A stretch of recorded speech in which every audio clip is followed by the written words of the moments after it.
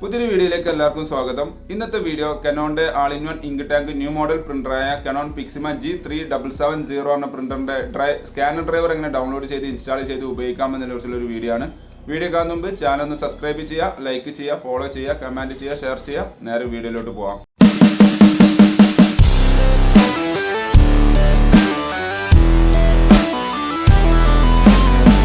ഈ model പ്രിൻ്ററിന് scanner driver എന്ന് പറഞ്ഞിട്ട് വേറൊരു സോഫ്റ്റ്വെയർ വരുന്നില്ല. നിങ്ങൾ പ്രിൻ്റർ ഡ്രൈവർ ഇൻസ്റ്റാൾ ആവുന്ന കൂടെ തന്നെ സ്കാനർ ഡ്രൈവർ ഇൻസ്റ്റാൾ ആവും, അതിൻ്റെ സോഫ്റ്റ്വെയർ ഇൻസ്റ്റാൾ ആവുന്നതാണ്. അപ്പോൾ നമ്മൾ പ്രിൻ്റർ ഡ്രൈവർ എങ്ങനെയാണ് ഇൻസ്റ്റാൾ ചെയ്യുന്നത് അതേപോലെ തന്നെയാണ് ഏകദേശം സ്കാനർ ഡ്രൈവർ ഇൻസ്റ്റാൾ ആവുന്നത്. ഏതെങ്കിലും ഒരു ബ്രൗസർ ഓപ്പൺ ചെയ്ത് അവിടെ ഗൂഗിളിൻ്റെ ഹോം പേജ് എടുത്തതിന് ശേഷം Canon സപ്പോർട്ട് ഇന്ത്യ എന്ന് ടൈപ്പ് ചെയ്ത് സെർച്ച് ചെയ്യുക. പ്രത്യേകം ശ്രദ്ധിക്കുക, ഈ മോഡൽ പ്രിൻ്റർ നിങ്ങൾ ഡ്രൈവർ ഇൻസ്റ്റാൾ ചെയ്യുമ്പോൾ ആദ്യം തന്നെ നിങ്ങൾ കമ്പ്യൂട്ടറും പ്രിൻ്ററും തമ്മിൽ USB കേബിൾ വഴി കണക്റ്റഡ് ആയിരിക്കണം. ഓക്കെ, ഇവിടെ കുറേ വെബ്സൈറ്റുകൾ വന്നിട്ടുണ്ട്. അതിൽ ഫസ്റ്റ് കാണുന്ന വെബ്സൈറ്റ് ഓപ്പൺ ചെയ്യുക.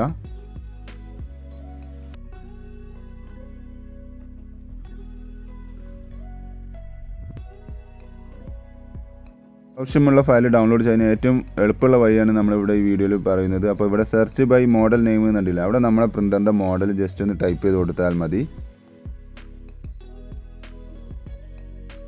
അപ്പോൾ താഴെ പേര് കാണിക്കുന്നതാണ്, ജസ്റ്റ് അതൊന്ന് സെലക്ട് ചെയ്യുക. സെലക്ട് ചെയ്യുന്നതോടുകൂടി പേജ് നെക്സ്റ്റ് സ്റ്റെപ്പിലേക്ക് പോകുന്നതാണ്, അല്ലെങ്കിൽ നെക്സ്റ്റ് പേജിലേക്ക് പോകുന്നതാണ്. അവിടെ നമുക്ക് ആവശ്യമുള്ള ഫയൽ ഡൗൺലോഡ് ചെയ്യാനുള്ള ഫയലിൻ്റെ സെക്ഷനാണ് ഈ എത്തിയിട്ടുള്ളത്.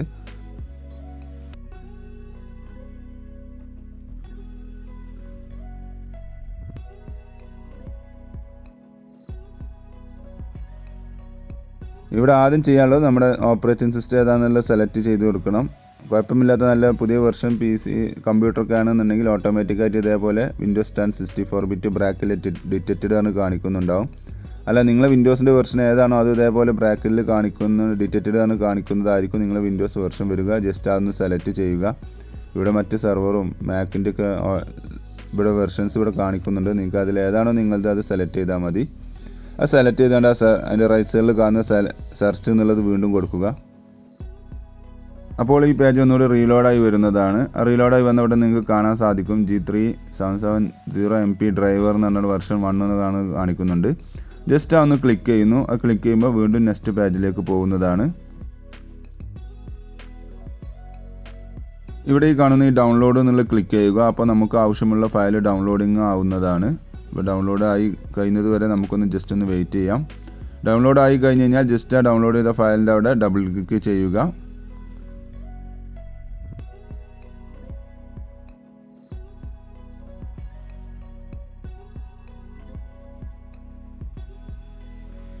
അപ്പോൾ ഇൻസ്റ്റാളേഷൻ ഫയൽ ഓപ്പണായി വരുന്നതാണ്. അവിടെ നമ്മൾ ഈ റൺ എന്നുള്ളത് കൊടുക്കുന്നു.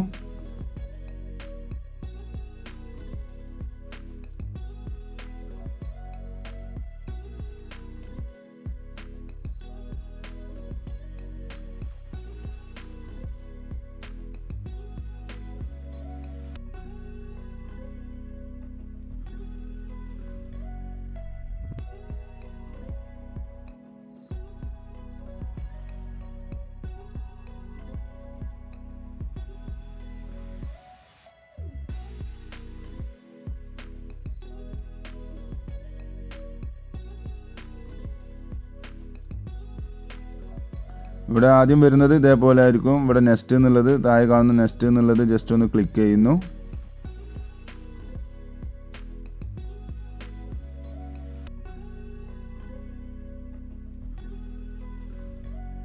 നമ്മുടെ ഏരിയയാണ് ചോദിക്കുന്നത്. ഞാനിവിടെ ഏഷ്യ എന്നുള്ളത് സെലക്ട് ചെയ്തിട്ടുണ്ട്. അതിന് ശേഷം നെക്സ്റ്റ് എന്നുള്ളത് ക്ലിക്ക് ചെയ്യുന്നു. ഇവിടെ യെസ് എന്നുള്ളത് ക്ലിക്ക് ചെയ്യുക. യെസ് എന്നുള്ളത് ക്ലിക്ക് ചെയ്ത് കഴിഞ്ഞാൽ പിന്നെ നമ്മുടെ പ്രിൻ്റർ സെർച്ച് ചെയ്യാൻ തുടങ്ങും. യെസ്, നമ്മൾ ആൾറെഡി USB കണക്ട് ചെയ്തുകൊണ്ട് ഇവിടെ പ്രിൻ്ററിൻ്റെ പേര് കാണിക്കുന്നുണ്ട്. അത് സെലക്ട് ചെയ്താണ് നെക്സ്റ്റ് എന്നുള്ളത് കൊടുക്കുന്നു.